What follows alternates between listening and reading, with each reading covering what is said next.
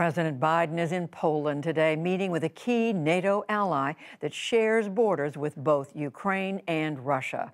Mr. Biden ends his night in Warsaw, ahead of what the White House calls a major address tomorrow in the Polish capital.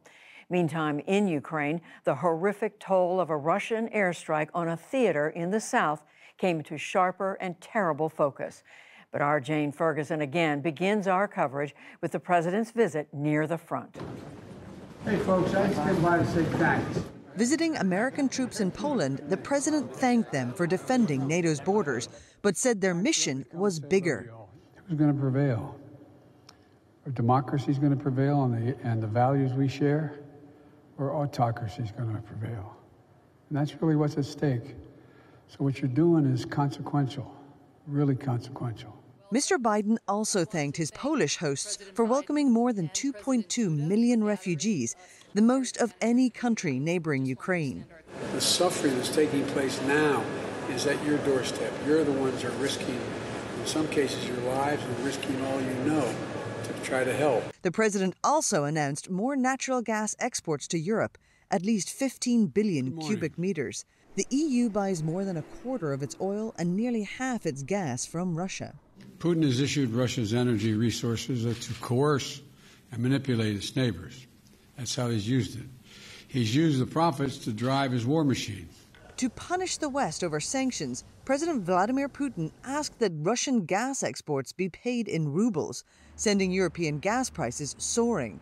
The EU called it blackmail, but member nations remain divided over a Russian oil and gas embargo. Nearly 2,000 miles away, in the southern city of Mariupol, civilians remain besieged, bombarded, and now, according to officials, starving to death as food runs out. For the first time, video emerged from inside a landmark theater, showing survivors in shock after a deliberate Russian airstrike. Following a week spent searching the wreckage, local officials said 300 victims died. For the first time in days, Russia agreed to 2 humanitarian corridors, including one from Mariupol. But inside the city, thousands remain trapped. In this open-air prison, they dig graves by the roadside. Victoria's stepfather was killed 2 weeks ago. Until now, the cold weather made the soil too hard to bury him. When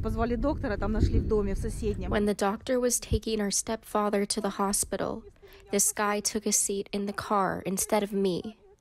And they blew him up in this car. It could have been me. Ukraine says Russia is distributing aid in parts of the city it seized, but for many, it's not enough to stay alive. My husband didn't make it to receive humanitarian aid. He had diabetes. The scarce diet of the last days led him to a coma, and he died. A senior U.S. defense official said today Russia is focusing its military objectives in the eastern Donbas region. The official said Russian forces don't want to pursue Kyiv aggressively and are taking defensive positions. A Russian official suggested that was always the plan. The main objectives of the first stage of the operation have generally been accomplished. The combat potential of the armed forces of Ukraine has been considerably reduced, which makes it possible to focus our core efforts on achieving the main goal, the liberation of Donbas. But for now, there are still cross-country attacks. In Kharkiv, there were explosions near a humanitarian distribution site. To the north, the city of Chernihiv is all but cut off, losing its main road bridge in an airstrike this week. A day after President Volodymyr Zelensky called for global demonstrations, European capitals overflowed with Ukrainian flags and many Ukrainian people. Ukraine is my home, and we want to come back to our home. And Jane joins us now from Poland. Jane, so tell us more about this announcement from the Russian military. Is this a climb down on their part? Judy, there is potential in that. We've seen them coming out with all of these statements today, talking about how, first of all, the first phase of this military operation, the special military operation, as they call it, they refuse to call it a war, has been, quote unquote, successful or completed by them. They've said that they have decimated or massively reduced the capabilities of the Ukrainian military. We know that's not true. That they will be moving on to phase two, which would be shoring up and supporting the Donbas region in the Far East. That's the restive separatist part of the country. Now, there's hope that this could be an indicator that Putin is trying to find some sort of off-ramp to save face. He has to answer to the Russian people for the potentially 15,000 Russian soldiers that are believed to have been killed in this fighting, and for the fact that they couldn't take Kyiv. We know from intelligence reports that the initial plan was to try to decapitate the government in Kyiv and replace it with a more Russian-friendly one, that they had much broader plans and ambitions. They invaded this country from many different angles and different positions.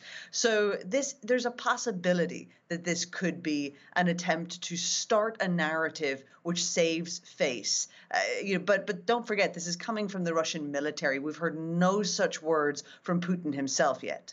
So it might be too optimistic to think it is a climb down. So, Jane, what then are thought to be Putin's other options here?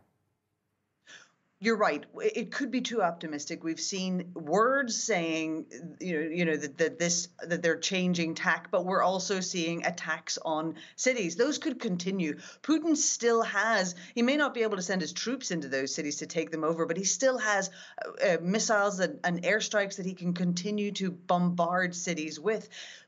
President Biden has also raised again several times now the possibility that Putin could use biological or chemical weapons. And of course, Russia is a nuclear power. So for now, although these words might be encouraging for some, there are still other options, deadlier options, that Biden could choose to use in the coming weeks and months. So grim to think what Vladimir Putin could do. Jane Ferguson joining us tonight from Poland. Thank you, Jane. And the NewsHour's coverage of the Russian invasion is supported in partnership with the Pulitzer Center.